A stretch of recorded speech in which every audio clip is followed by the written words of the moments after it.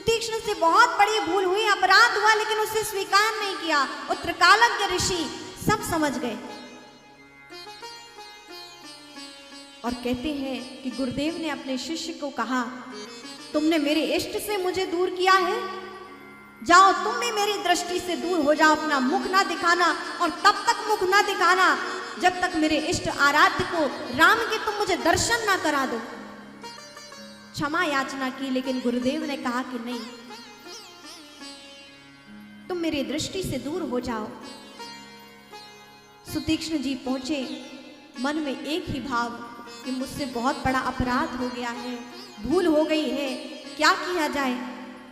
अब एक ही मन में कामना है कि मुझे अपने भगवान श्री राम के दर्शन हो जाएं, तो मैं अपने गुरुदेव को प्रभु के दर्शन करा दूं और गुरुदेव के उस क्रोध के भाजन बचने से बच जाऊं, गुरुदेव मुझे पुनः स्वीकार कर ले। कितना अगाध कष्ट होगा एक शिष्य को जिसके गुरु उसे त्याग दे। इससे बड़ा उसके जीवन में और कोई कष्ट हो नहीं सकता है। आज उसे मानो पता लग रहा हो, ज्ञात हो रहा हो, अनुभव हो रहा हो, सैकड़ों सर्प के डंसन की भांति उसे कष्ट हो रहा है। सुतीक्ष्ण जी अब भगवान से प्रार्थना करते हैं कि हे भगवान, या तो आप मेरे प्राण ले लीजिए और नहीं तो मुझे दर्शन दीजिए, ताकि हे प्रभु श्री राम मैं आपको अपने गुरुदेव के समक्ष ले जाऊं और मेरे गुरुदेव मुझे क्षमा कर दें, पुनः शिष्य रूप में हमें स्वीकार कर लें, पुनः उनका प्रेम मुझे मिले, पुनः उनका आशीर्वाद मुझे मिले, पुनः मुझे अपने गुरुदेव की सन्निधि और सेवा मिले।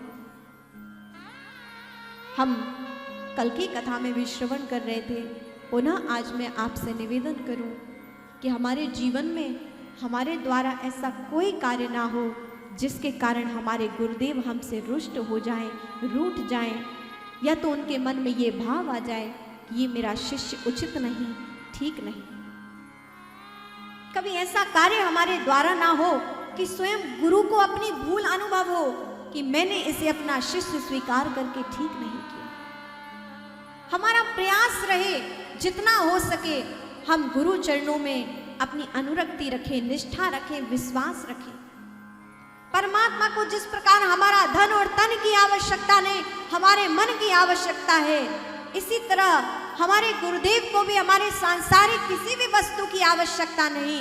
हमारे गुरुदेव को केवल हमसे एक ही भाव चाहिए कि नाम निष्ठा हो, मंत्र की निष्ठा हो, हम सत्पथ पर चलें। यही गुरुदेव का प्रयास रहता है कि उनके शिष्य अपने भौतिक जीवन में भी उन्नति करें, परंतु उनकी आध्यात्मिक उन्नति हो।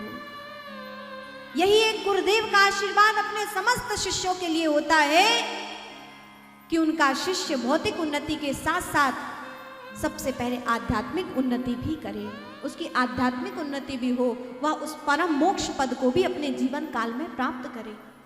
और उसी के लिए गुरुदेव का प्रयास रहता है कि वह नाम मंत्र की दीक्षा देते हैं, जिसको माध्यम बनाकर शिष्य परमात्मा के दर्शन करता है, साक्षात्कार कर सकता है।